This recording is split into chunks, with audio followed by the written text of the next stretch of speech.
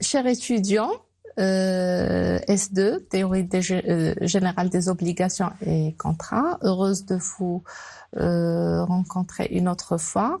Donc la séance précédente, on a traité les effets du contrat et on a précisé qu'un contrat valablement formé tient lieu de loi pour les parties contractantes, c'est-à-dire qu'il s'impose aux parties contractantes et aux seules parties contractantes, sauf quelques exceptions. Donc, un contrat qui a respecté les conditions de fond et de forme doit être exécuté par les parties contractantes. Cette séance, on va la consacrer pour la responsabilité contractuelle. Donc, on sait que le terme responsabilité, il est étroitement lié au mot obligation en matière civile. Donc, on a l'obligation qui constitue un rapport de droit entre un débiteur et un créancier. À travers ce rapport, le créancier peut exiger du débiteur ou a le droit d'exiger du débiteur une prestation ou encore une abstention. Par conséquent, l'irrespect de cette obligation donne lieu à l'engagement de la responsabilité du débiteur. Et on a déjà précisé que le contrat constitue une source principale d'obligation. Donc, l'inexécution des obligations découlant du contrat donne lieu à l'engagement de la responsabilité civile contractuelle. Sauf que on doit préciser que le mot responsabilité contractuelle, c'est un mot qu'on peut invoquer soit en cas d'inexécution de l'obligation contractuelle ou encore en cas du retard d'exécution de l'obligation contractuelle. Donc, des deux principes, à cet égard, on peut dire que des deux principes liés à la formation du contrat, à savoir le principe de la force obligatoire du contrat et le principe de l'effet relatif du contrat, découle aussi le principe de la responsabilité contractuelle, selon lequel chaque contractant doit respecter ses engagements et doit fournir ses prestations telles qu'elles sont déterminées par le contrat, sous peine d'engager sa responsabilité contractuelle.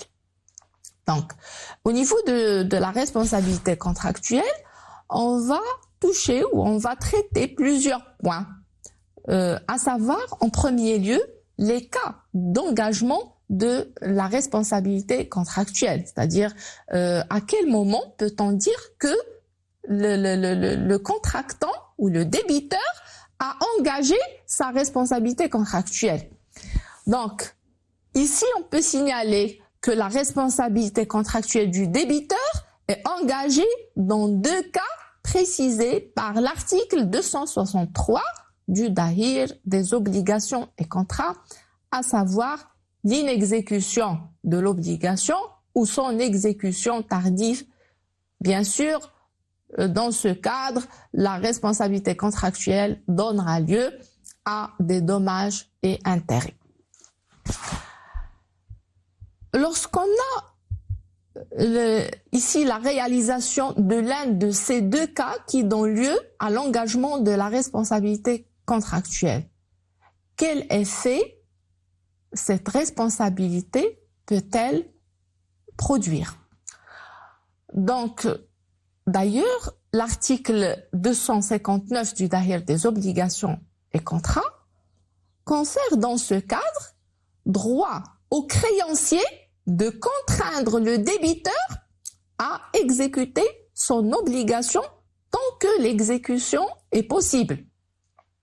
Sous cet angle, il convient de préciser que le législateur, au niveau des articles 261 et 262 du Dahir des obligations et contrats, a traité l'inexécution des obligations de faire et l'inexécution des obligations de ne pas faire.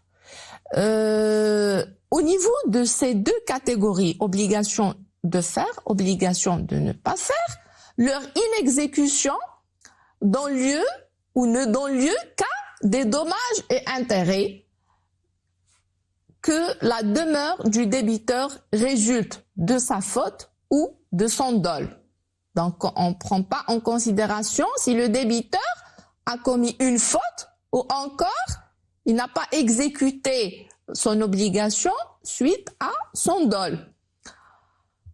Pour l'exécution forcée, dans ce cadre, on peut dire que cette exécution forcée reste possible lorsqu'il s'agit d'une obligation de donner.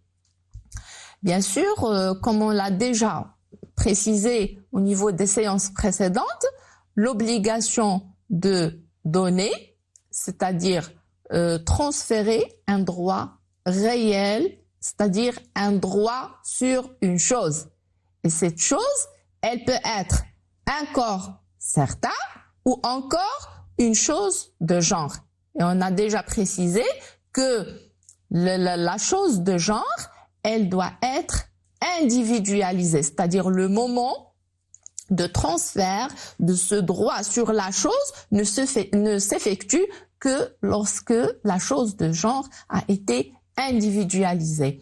Donc, ici, lorsqu'il s'agit d'un droit sur une chose, ou comme on l'a déjà précisé, l'obligation de donner portant sur un corps certain ou une chose de genre après individualisation, ici on peut dire que l'inexécution de cette obligation donne lieu à une contrainte. S'agissant maintenant des sommes d'argent, l'exécution forcée, elle s'effectue par le moyen de la saisie. Pour ce, le créancier dispose de moyens indirects qui sont l'astreinte ou encore la contrainte par corps. S'agissant des conditions de l'engagement de la responsabilité contractuelle, on peut dire que l'engagement de la responsabilité contractuelle est soumis à l'existence d'un ensemble de conditions qui ont été déterminées par le Dahir des obligations et contrats. Et ces conditions, on peut les envisager dans le cas de la première condition, à savoir l'inexécution de l'obligation contractuelle, c'est-à-dire pour qu'il y ait engagement de la responsabilité contractuelle, il faut que le débiteur n'exécute pas son obligation, n'ait pas exécuté son obligation. Deuxième condition, il faut un dommage ou un préjudice qui découle de cette inexécution.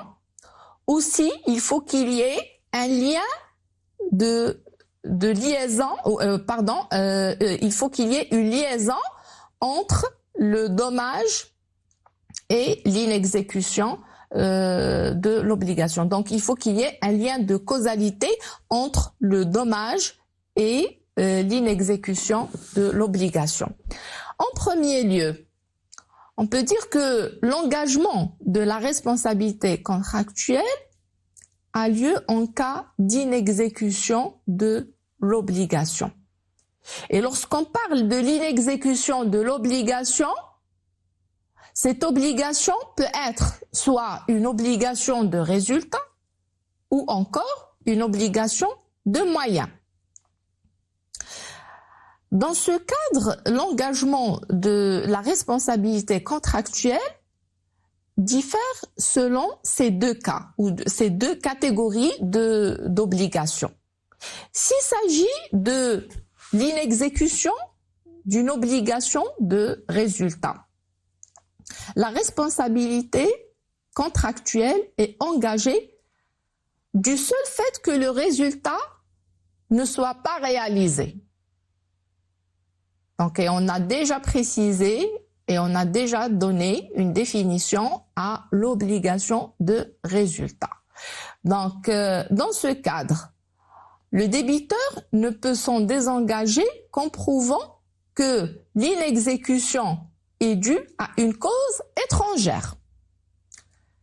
De même que la responsabilité du débiteur découle du seul fait matériel. Donc, le seul fait qu'on n'a pas abouti à ce résultat, ou résultat qui est précisé par le contrat, engage, donc le seul fait de ne pas aboutir à ce résultat engage la responsabilité du débiteur sans qu'il y ait lieu de rechercher sa faute, donc la faute du débiteur. Partant, le débiteur est présumé, donc il est présumé responsable de l'inexécution, et cette présomption, bien sûr, ne tombe que par la preuve d'un cas de force majeure, ou encore des autres cas qui sont précisés par la loi, tels que l'inexécution suite à un fait du créancier, par exemple. En revanche, la responsabilité contractuelle découlant de l'inexécution d'une obligation, bien sûr, peut découler de l'inexécution d'une obligation de moyens. Dans ce cadre, à quel moment peut-on dire que la responsabilité contractuelle du débiteur est-elle engagée? Dans ce cadre, pour dire qu'il y a responsabilité contractuelle du débiteur d'une obligation de moyens, il faut chercher la faute de ce débiteur. Donc, on sait que l'obligation de moyens, c'est une obligation qui nécessite au débiteur de déployer tous les moyens nécessaires pour exécuter son obligation. Donc ici, on cherche la faute du débiteur. Elle n'est pas présumée comme, donc la responsabilité contractuelle du débiteur n'est pas présumée, mais elle doit être, ou sa faute doit être dans ce cadre prouvée. Et l'évaluation de cette faute, elle est soumise bien évidemment à l'appréciation du juge qui doit évaluer différemment la mesure des dommages et intérêts selon qu'il s'agit du cas du dol du débiteur ou encore de sa faute, tel qu'il a été précisé par l'article 264 du Dahir des obligations et contrats. En second lieu, l'engagement de la responsabilité contractuelle suppose la survenance d'un dommage ou d'un préjudice. On appelle dommage ou préjudice. L'article 264 du Dahir des obligations et contrats a défini les dommages causés par l'inexécution des obligations nées d'une déclaration de volonté comme la perte effective que le créancier a éprouvé et le gain dont il a été privé et qui sont la conséquence directe de l'inexécution de l'obligation. D'ailleurs, le dommage constitue un élément essentiel pour l'engagement de la responsabilité contractuelle du débiteur. Dans ce cadre, il convient de préciser que l'inexécution de l'obligation de ne pas faire donne lieu à des dommages et intérêts par le seul fait de la contravention.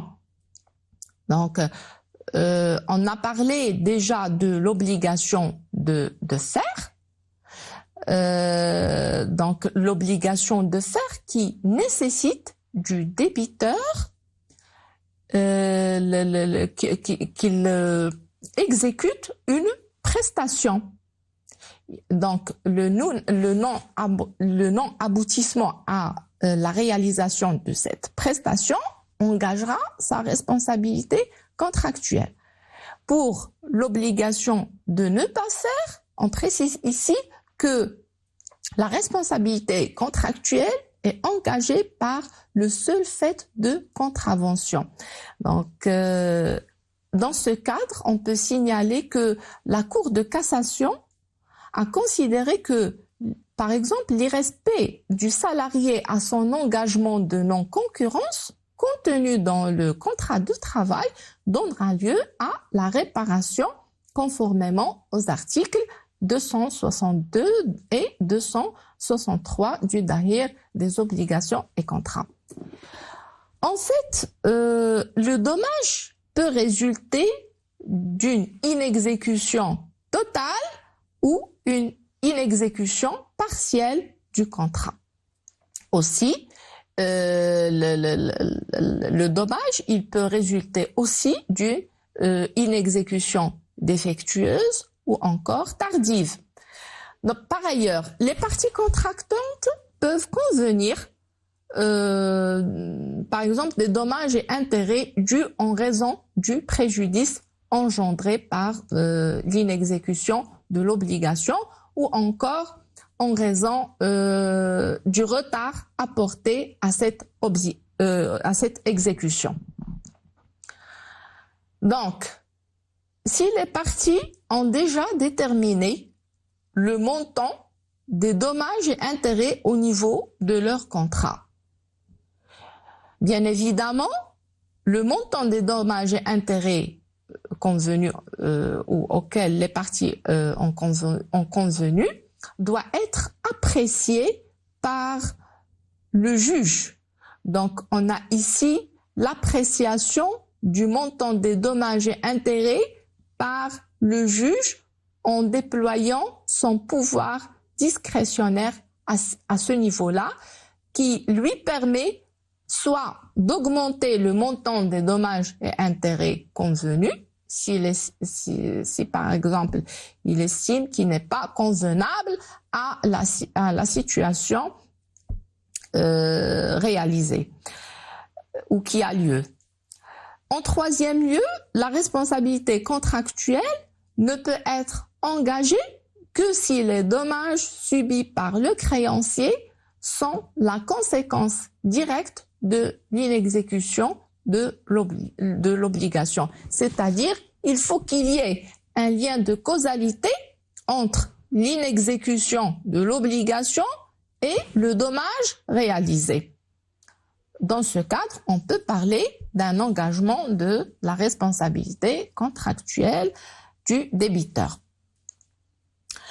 En revanche, le législateur a précisé certains cas où le débiteur défaillant peut s'exonérer de sa responsabilité contractuelle.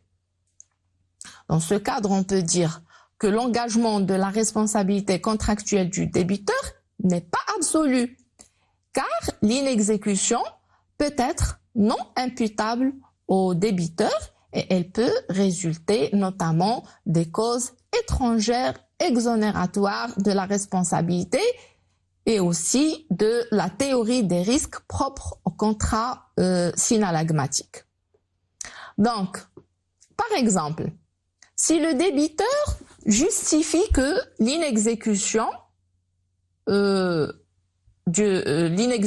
ou le retard d'inexécution proviennent d'un cas de force majeure, un cas fortuit ou encore la demeure du créancier, dans ce cadre, il peut être exonéré de sa responsabilité contractuelle et par conséquent, il va être exonéré du paiement des dommages et intérêts qui en résultent. Tout d'abord, on doit signaler que le législateur à déterminer au niveau de l'article 269 du Dahir des obligations et contrats les conditions de l'existence de la force majeure. Et ces conditions se déterminent dans 3 points, 3 éléments. Donc, c'est-à-dire que la force majeure suppose l'élément d'extériorité, l'élément d'imprévisibilité et l'élément d'irrésistibilité. Donc, concernant l'élément d'extériorité, cela signifie que l'événement empêchant l'exécution du contrat ou l'exécution de l'obligation est un événement extérieur à l'activité du débiteur. L'imprévisibilité de l'événement constitutif de la force majeure suppose aussi de rechercher si l'événement est normalement imprévisible pour un homme raisonnable. Et l'irrésistibilité, elle implique que le débiteur n'est pas en mesure d'éviter l'inexécution de son obligation. Donc, il s'agit dans ce cadre de l'impossibilité absolue pour le débiteur d'exécuter son obligation. Par conséquent, un événement irrésistible est un événement dont les effets ne peuvent être évités par des mesures appropriées. Ensuite, et en plus du cas de force majeure, le débiteur peut s'exonérer de sa responsabilité contractuelle en prouvant que l'échec de l'obligation est dû au fait du créancier. Et qu'est-ce que ça veut dire le fait du créancier? C'est-à-dire que ce créancier a refusé, sans motif valable, la prestation offerte par le débiteur. Ou encore, lorsque ce créancier a fait obstacle à l'exécution de cette obligation. Par ailleurs, il convient de signaler aussi que les parties peuvent en principe convenir à aménager leur accord comme elles l'entendent. Dans certains cas, les parties peuvent aménager leur contrat comme elles veulent, donc notamment au niveau de la responsabilité contractuelle. Donc, pour ne pas abuser de cette volonté, le législateur a limité cette possibilité à chaque fois que cette convention supprime ou limite la responsabilité contractuelle. Sous cet angle, l'article 232 du Dahir des obligations et contrats dispose qu'on ne peut stipuler d'avance qu'on ne sera pas tenu de sa faute lourde ou de son dol. En effet, les contractants ne peuvent pas, par exemple, inclure dans leur contrat une clause qui a pour effet de priver le contrat de son objet ou de sa raison. Donc, on ne peut pas inclure au niveau du contrat une clause qui ôte à ce contrat son objet ou sa raison d'être. Dans ce cadre, les clauses de non-responsabilité sont réputées non avenues. En outre, les clauses limitatives de responsabilité ne peuvent avoir lieu lorsqu'elles portent sur les obligations qui font partie de l'essence même du contrat et lui donnent tout son sens. Par exemple, le cas d'une clause qui exonère l'acheteur de payer le prix en faveur du vendeur. Parfois, le législateur intervient pour interdire certaines clauses dangereuses qui portent sur les obligations impératives des contractants. En plus des clauses de non-responsabilité ou limitatives de responsabilité, les parties peuvent fixer d'une manière forfaitaire le montant des dommages et intérêts qui sera dû par le débiteur en cas d'inexécution. Bon, chers étudiants, cette séance a abouti à sa fin. Je vous souhaite bon courage. À la séance prochaine.